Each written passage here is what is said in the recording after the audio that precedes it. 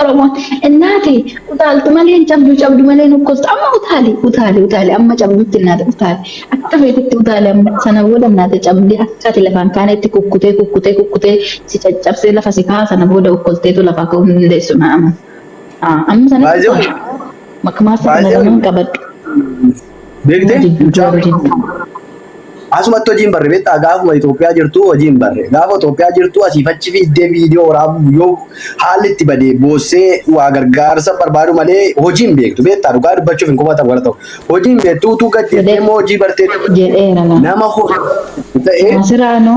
Nasiraano suni jedheeni ragaa sammuu hin dhufini jedheeni hin an jedheen makii orootiin an hin ceeyintuun akka dhuftu hin barbaadu osoo amma dandeenyu Itoophiyaa keessatti suuqii wayii bannee fi natti tola.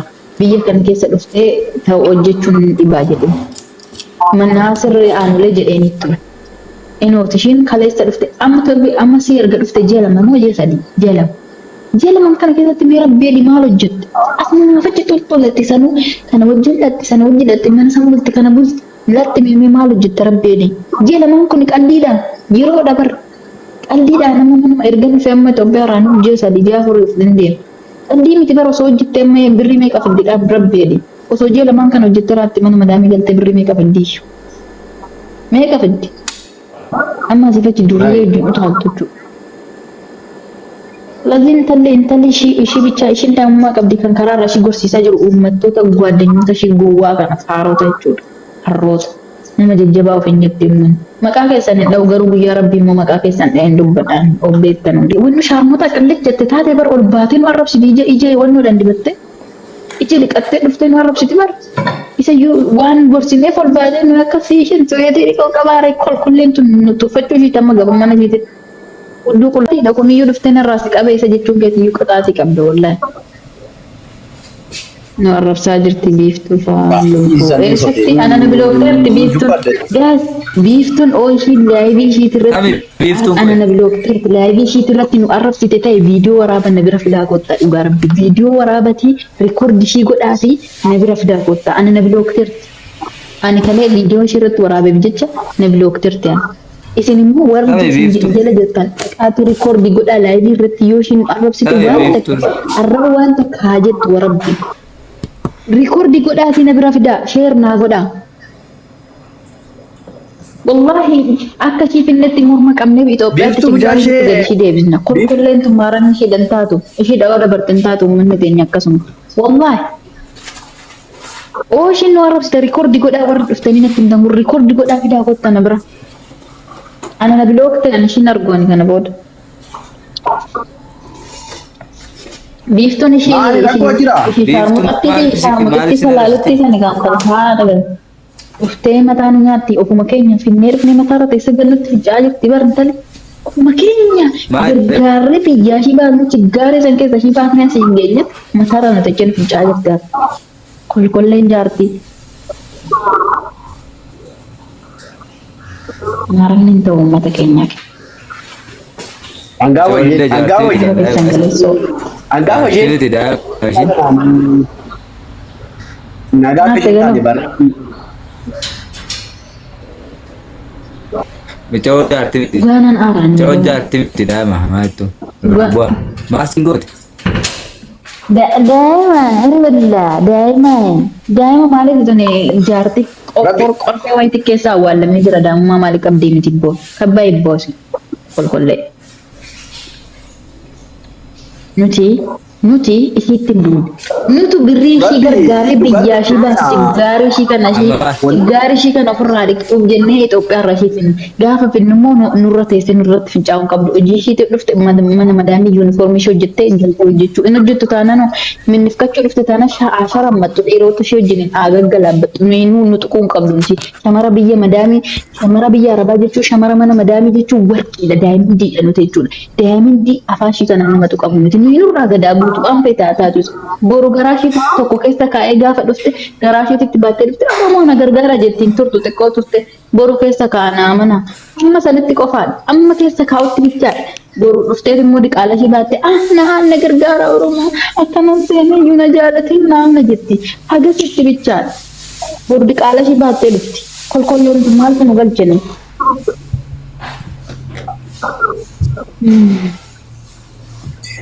Ani dhugaa dubbachuudhaan jalqaba mucaan kun gaafa isheen deemte guyyaa lama ishee buluun waan isheen irra gootu viidiyoo waraabeef maal si gashinaan jettellee dhufte mucattiin gaafuma amma fakkeenyaaf biyya itti hojjetanidha malee biyya itti fikirii fi waraabame isheen garuu achirra wayi fikirii wayi jaalala ajjaba gaafa booda galaa fi dhiisa gaafa galee dhamaa gala. No, namni yoo gorse ani amma kaleessa viidiyoo nan waraabes viidiyoo gorsaati garbi takkaan arrabsin. Micayyittiin maal jettee ishiin dhiira wajjin maal goote waada san bira bulte bar gaafa tokko waada bira bulteet waada san ammattee laayizii irra bulte. Sa'aat alkan keessa sa'a 8tti sa'aati san bira jirti waada bira. Dhiira bira buluu jechuun biyya namaa keessatti yaadi. Ishi maaliif akkana taata uggannama kuma nama jala ture laayivii hitan maaf akkana taata yaa biiftu akkana ta'in uummanni koomantii alatti akkana ta'in boru si keessa godhe boru ulfooftee dhufta yaa biiftu ofee jedhanii mututti gootee arrabsu. San booda maalloon jette shamarreen naannoo mana madaamiti sin baasuu qaba ani dirqama jijjiiramuuf shinti beetii arbaa dhiquun qaba innaa sin dhiqaa akka bartanitti dhiqaa kan dhiqu ani dhiqu shinti beetii keessan dhiqu sinamti itti wanna ta'a waggaa meeqachi keessa taa'unnaan dhaabbadee kun qaba ani miiruma jechuu dheereessinoo bakka nuttaas naannofte ishii gorsinaa nuttaas naannofte ni immoo nutti quun qabdu warabbi isaa afana caatu bakka barbaadetti mirga ishiiti dhufte dhiirri dhabame miti kan Itoophiyaa irraa dhufne nuti hayyoo keenyaaf mataa gadi qabna malee nan gorse malee waan jenniin kaleessa biloo kinatti nattee na biraa deemte amma immoo viidiyoo ishii waraaban biraan ga'a akkamitti ishiitti sibiriin jaallattu mucayyoon kulloomtun wallahi amma dhiironni Duubaay warabbal kaaba jaalalan beektu amma si keessa kaanitti qofa amma diqaala isaanii sirraa godhatanitti qofa warabbiin amanaa hundi isaanii jaalalan beektu haga sanatti haga harka isaaniitti si ga'atanii guyyaa takka sabira bultutti sana booda diqaalaatti si baachisee si bira kutu aman biiftuun immoo daa'imummaa qabdi.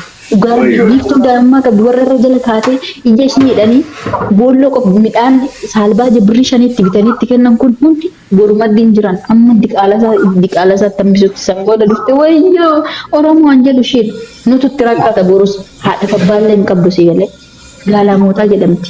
Sababa kanaaf itti wajjinii rakkachaa jirra gorsaa jirra gini isheen nu dhagaan si nu dhageessi maakii horuutu hin dhageenye bare ishee akka haadhatitti taqabbaltiyyuu nu dhageessi bara. Shin dhuma ishee bichaa rabbiin nu agarsiisu. Jennee keessa baana waa'ee isheetiin.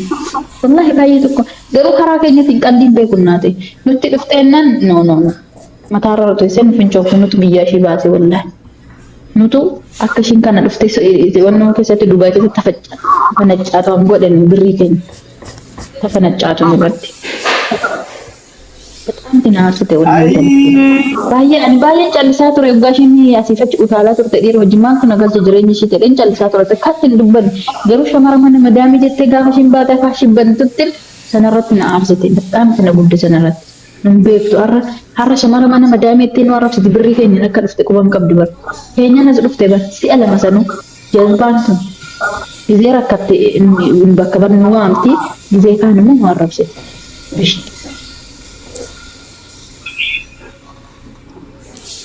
Nakasi yoni sorry wallahi mira keessan galmicetti baay'ee tokko na guddeesi kalee gorsee naan immoo viidiyoo raabe viidiyoo san nama share itti godhanatti fakkaate biloo kinatti natti na biraa deemte eegale aannan gorsi malee ani wanti yaada intala tana fakkeenya godheetiin haasa'e wanti yaa argitaniirtu dhugaa rabbi wanti yaa jechuun nama jabdu haadha fabbaan akka hin qabnetti yaadi qabdi garuu akka hin qabnetti yaadi wanti ilmoo godhatteetu uummanni Itoophiyaa akka sanatti xiqqaa guddaan jaarsan jaartiin irratti duulaa turanii guyyaa takka rabbiif baatee koomentii namaati irratti dubbatte beektu. Tasa afaan isheetiin baatee dubbattu osoo akka barbaadanitti ishee arrabsuu dhiisi waan fedhan irratti gochaa turan. Garuu mataa ishee qabattee dabartee har'a nama bakka isheen jirtu laata. Hundumaa akkasitti gadi qabattee dabarte. Bunni san hundi dandeessee arraba uummata Itoophiyaa hundi dandeessee xiqqaa guddaa irratti duulaa ture har'a eessa jira. Akkas nama kaayyoo qabu jechuun mataa gadi qabatee waan hunda keessa darbee bakka barbaadu ga'a. Kun kaayyoo biyyaan baane sirbi birqee itti ta'e jaalattuun jaalalli isheedhaan birqeedha nuyi immoo dhiirri nuyi faaraa miti birqee miti nuti dhiirra barbaanne amma baanee argachuu dandeenya bara.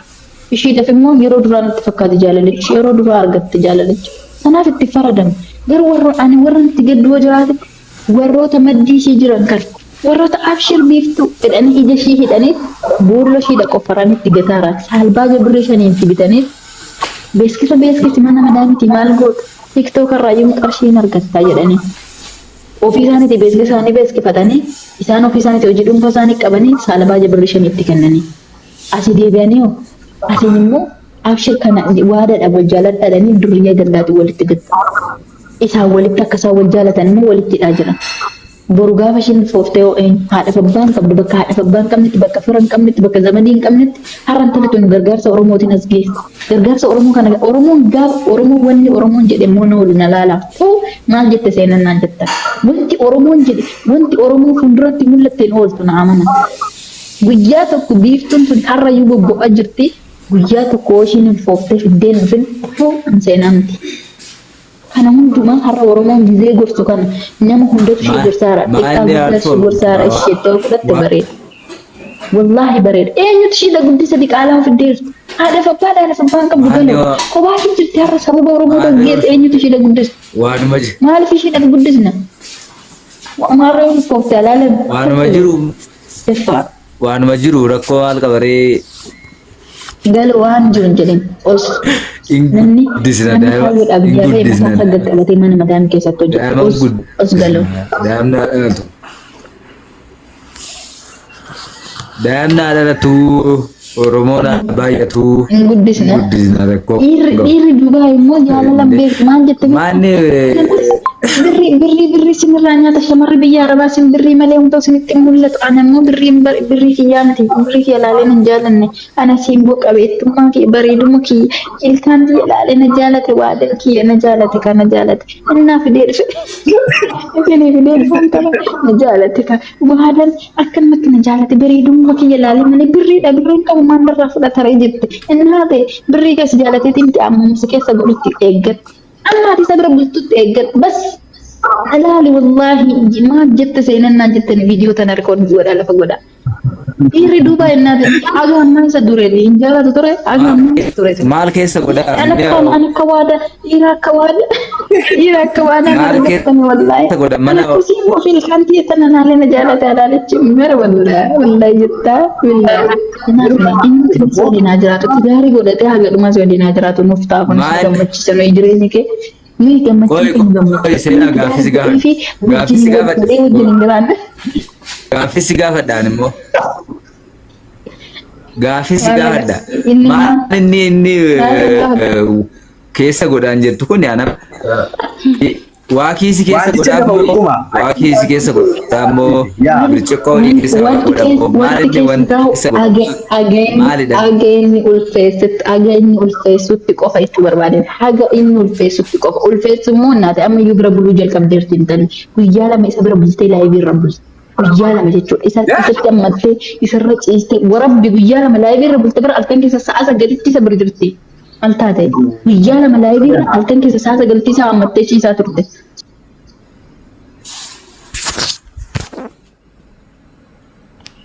Amma tikiloolee wanti jedhamu sun jira isa jala taraa tasa darbee woottafe miti.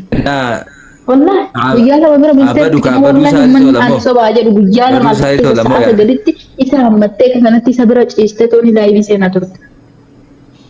Nama kuma meeqa jala ture na sobee uummata. Argeera kinu warra argitan guyyaa lamatti balleessaa sobee halkan keessa sa'a sagalitti guyyaa lamaatti tursiisa ree odoo ta'e halkan keessa sa'a sagalitti dubartiin dhiira biraa maal gooti arga biraan bulle dhiira biraa maal gooti haasanaan maal isa biraa gooti isa bira bulteerti ammayyuu guyyaa lama bar qaata fudhate bar durbummaa amma qaata nyaateera warabbi qaata fudhate isheen immoo qaata badde gaafa madda hafte sanuu gaddu ga'ii kennuun durba eessa